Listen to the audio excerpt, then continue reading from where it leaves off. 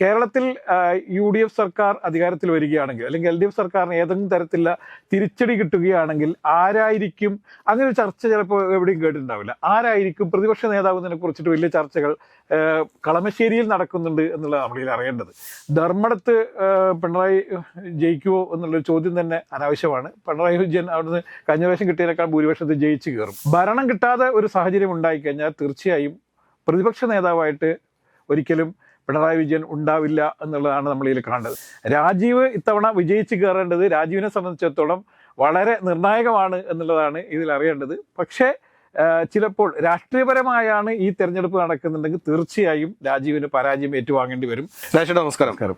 രാജേട്ടാ, വളരെ വാശിയേറിയ മത്സരം നടക്കുന്ന ഒരു നിയോജക മണ്ഡലമാണ് കളമശ്ശേരി നിയോജക മണ്ഡലം എന്ന് പറയുന്നത്. കഴിഞ്ഞ തവണ മന്ത്രി VK ഇബ്രാഹിം കുഞ്ഞിൻ്റെ മകൻ അബ്ദുൽ ഗഫൂറാണ് അവിടെ മത്സരിച്ചത്. പക്ഷേ P രാജീവിനോട് അദ്ദേഹം വളരെ ദയനീയമായ രീതിയിൽ തന്നെ പരാജയപ്പെടുന്ന കാഴ്ചയാണ് ഉണ്ടായിരുന്നത്. പക്ഷേ അതിൽ നിന്നെല്ലാം വ്യത്യസ്തമായിട്ട് ഇപ്രാവശ്യം വീണ്ടും കളമശ്ശേരിയുടെ ഒരു കനത്ത മത്സരത്തിന് കളമൊരുങ്ങുന്നു എന്ന് വേണം നമ്മൾ മനസ്സിലാക്കാനായിട്ട്. എങ്ങനെ നോക്കിക്കാണുന്നു കളമശ്ശേരി മണ്ഡലത്തെ?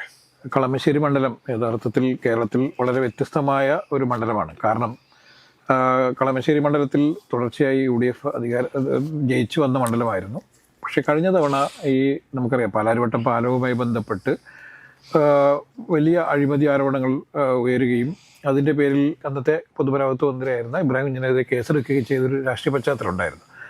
അദ്ദേഹം ആശുപത്രിയിൽ കിടന്ന് അദ്ദേഹം അറസ്റ്റ് വരികയൊക്കെ ചെയ്ത സംഭവങ്ങളൊക്കെ കേരള രാഷ്ട്രീയത്തിൽ വലിയ ചലനങ്ങളുണ്ടാക്കി. കഴിഞ്ഞ 5 വർഷം മുന്നേ നടന്ന തെരഞ്ഞെടുപ്പിൽ, അതായത് 2021 നടന്ന തെരഞ്ഞെടുപ്പിൽ ഏറ്റവും കൂടുതൽ ചർച്ച ചെയ്യപ്പെട്ട സംഭവമായിരുന്നു ഇബ്രാഹിം കുഞ്ഞുമായി ബന്ധപ്പെട്ടുള്ള പാലാരിവട്ടം പാലം അഴിമതി. പഞ്ചവടി പാലം എന്ന പേരിലായിരുന്നു അന്നത്തെ.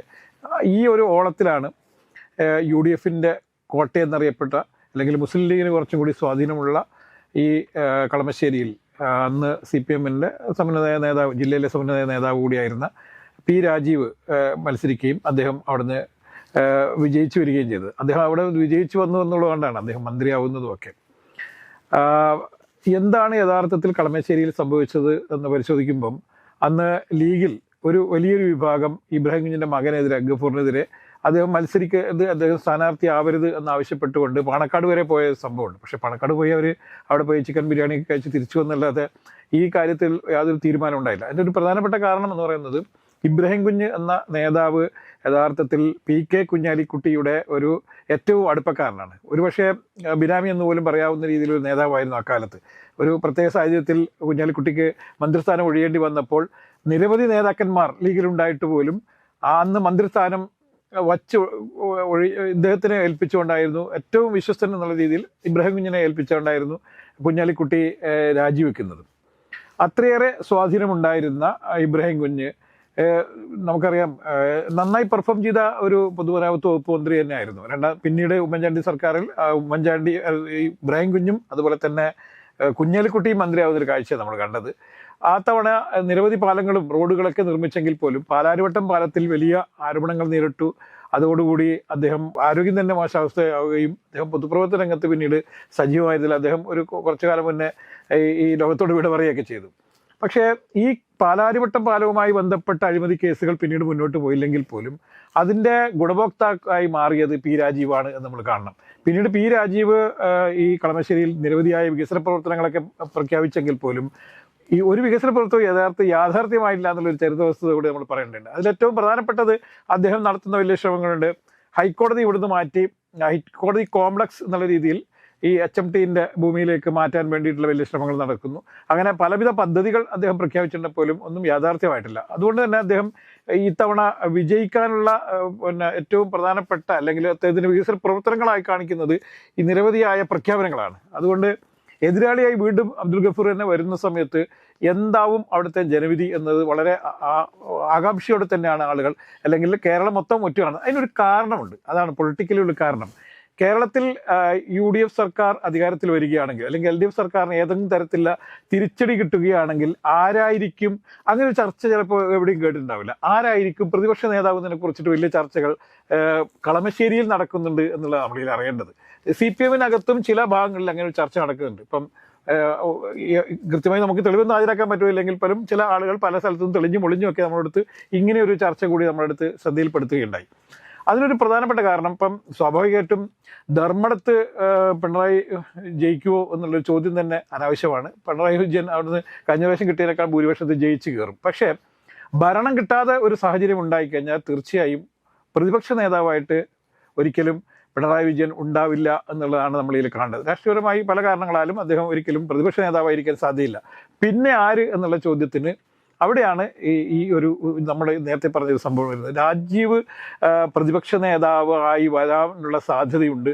അതുകൊണ്ട് അങ്ങനെ പ്രതിപക്ഷ നേതാവ് ആയാലുള്ളൊരു ടേം, നെക്സ്റ്റ് ടേമിൽ അധികാരത്തിൽ CPM അല്ലെങ്കിൽ LDF അധികാരത്തിൽ വരികയാണ്, തീർച്ചയായും അദ്ദേഹം മുഖ്യമന്ത്രി സ്ഥാനാർത്ഥിയായി മാറും എന്നുള്ളതാണ് അതിലൊരു ഏറ്റവും വലിയൊരു കാഴ്ച. ഇത് CPM ഏതെങ്കിലും രീതിയിൽ ചർച്ച ചെയ്തിട്ടാണോ അത്തരത്തിൽ നീക്കം നടത്തുന്നത് വെച്ച് കഴിഞ്ഞാൽ ആയിരിക്കില്ല. പക്ഷേ എങ്കിൽ പോലും P. രാജീവ് കണ്ണൂർ ലോബിക്കെതിരെ നേരത്തെ തന്നെ കൃത്യമായ നീക്കം നടത്തിക്കൊണ്ടിരിക്കുന്ന നേതാവാണ്. അദ്ദേഹത്തിന് പല നേതാക്കന്മാരുടെയും വളർച്ചയിൽ കുറച്ച് അസൂയുണ്ട്.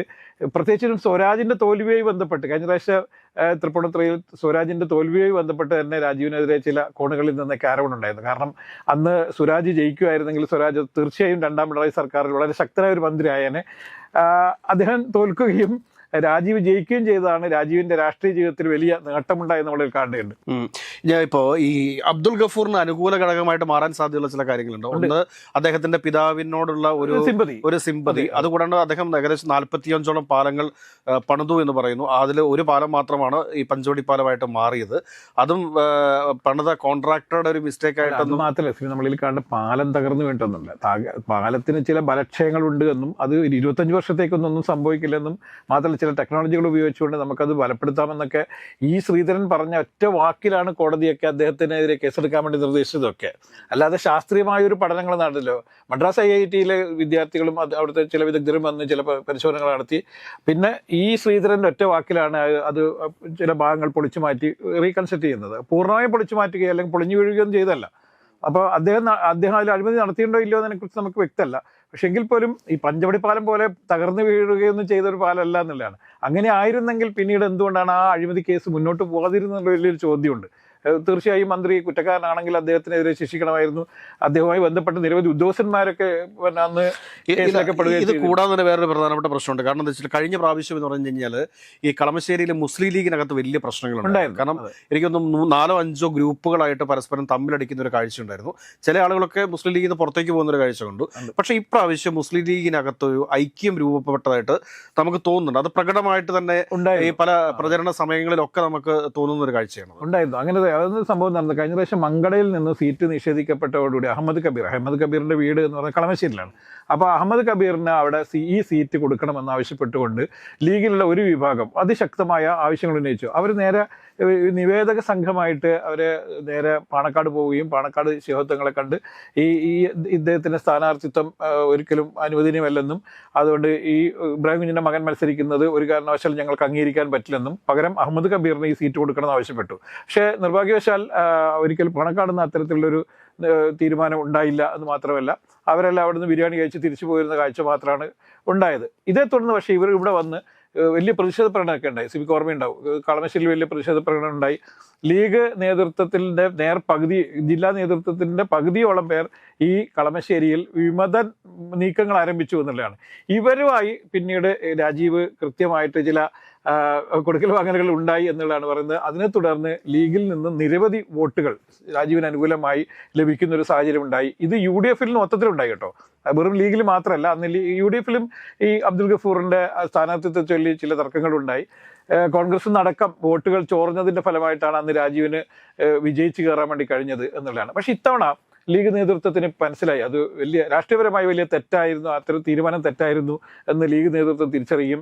നേരത്തെ തന്നെ ഇബ്രാഹിം കുഞ്ഞിൻ്റെ മരണത്തിന് മുന്നേ തന്നെ ലീഗിൽ ഈ തെറ്റുതിരുത്തൽ നടപടികൾ മുന്നോട്ട് പോവുകയും ഈ സ്ഥാനാർത്ഥിത്വത്തെ ചൊല്ലി യാതൊരു തരത്തിലും തർക്കങ്ങൾ പാടില്ലെന്നും നേരത്തെ തന്നെ തീരുമാനിച്ചിരുന്നു. അതുകൊണ്ടാണ് ഇത്തവണ അത്തരത്തിലൊരു വിഷയം ഉണ്ടായില്ല എന്ന് നോക്കണം. കാരണം ഈ ഇദ്ദേഹത്തിന് സ്ഥാനാർത്ഥിയെ പ്രഖ്യാപിച്ച സമയത്ത് ഒരവസരങ്ങളും ഉണ്ടായില്ല. കോൺഗ്രസ് സീറ്റ് മാറുന്നതിനെ കുറിച്ച് ആലോചിച്ചിരുന്നു. കാരണം അത് മുഹമ്മദ് ഷിയാസിന് മത്സരിക്കാൻ വേണ്ടിയിട്ട് മുഹമ്മദ് ഷിയാസും കളമശ്ശേരിക്കാരനായതുകൊണ്ട് എന്നുള്ളതുകൊണ്ട് അദ്ദേഹത്തിന് കുറച്ചും കൂടി ഈ അവിടെ ജയിക്കാൻ സാധ്യതയുണ്ട് എന്നുള്ളതുകൊണ്ട് വെച്ചുമാറുന്നതിനെ കുറിച്ച് ആലോചിച്ചിരുന്നു. പക്ഷേ ലീഗ് ഒറ്റക്കെട്ടായി തന്നെ അത് വെച്ചുമാറേണ്ടതില്ലെന്നും അവിടെ ഇത്തവണ വിജയിച്ചു കയറും, അബ്ദുൽ ഗഫൂറിന് വിജയിക്കാനുള്ള എല്ലാ രാഷ്ട്രീയ സാഹചര്യവും ഉണ്ട് എന്ന് അവർ കൃത്യമായി നേതൃത്വത്തെ ബോധ്യപ്പെടുത്തിയോടുകൂടിയാണ് ഈ വെച്ചുമാറൽ എന്നുള്ള ഇത് അവസാനിക്കുകയും ആ ചർച്ച അവിടെ അവസാനിക്കുകയും ചെയ്തത്. അതുകൊണ്ട് തന്നെ രാജീവ് ഇത്തവണ വിജയിച്ച് കയറേണ്ടത് രാജീവിനെ സംബന്ധിച്ചിടത്തോളം വളരെ നിർണായകമാണ് എന്നുള്ളതാണ് ഇതിൽ അറിയേണ്ടത്. പക്ഷേ ചിലപ്പോൾ രാഷ്ട്രീയപരമായാണ് ഈ തെരഞ്ഞെടുപ്പ് നടക്കുന്നുണ്ടെങ്കിൽ തീർച്ചയായും രാജീവിന് പരാജയം ഏറ്റുവാങ്ങേണ്ടി വരും എന്നുള്ളത് തന്നെയാണ് നമ്മൾ അറിയേണ്ടത്.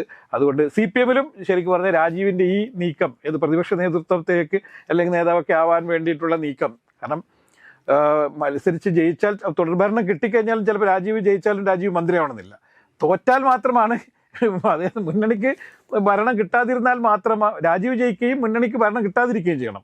അങ്ങനെയെങ്കിൽ മാത്രമാണ് രാജീവിന് കുറച്ചുകൂടി മേൽക്കൈ ലഭിക്കുകയുള്ളൂ എന്നുള്ളത്. പൊളിറ്റിക്സാണ്, എന്ത് നീക്കങ്ങളും നടക്കും. അതുകൊണ്ട് രാജീവ് അത്തരത്തിലുള്ള നീക്കം തീർച്ചയായും നടത്തി എന്നുള്ളതാണ് ഇതിൻ്റെ സത്യം. ഇനി മണിക്കൂറുകൾ മാത്രമേ തെരഞ്ഞെടുപ്പിൽ ഇലക്ഷനിലുള്ളൂ അല്ലെങ്കിൽ പോളിംഗ് ബൂത്തിലേക്ക് പോകാനുള്ളൂ എന്നുള്ളത് കൊണ്ട് ഇതിനപ്പുറത്തേക്ക് നമുക്ക് പറയാൻ പറ്റാത്തത് കൊണ്ടും നമുക്ക് ഈ ചർച്ച ഇവിടെ അവസാനിപ്പിക്കാം.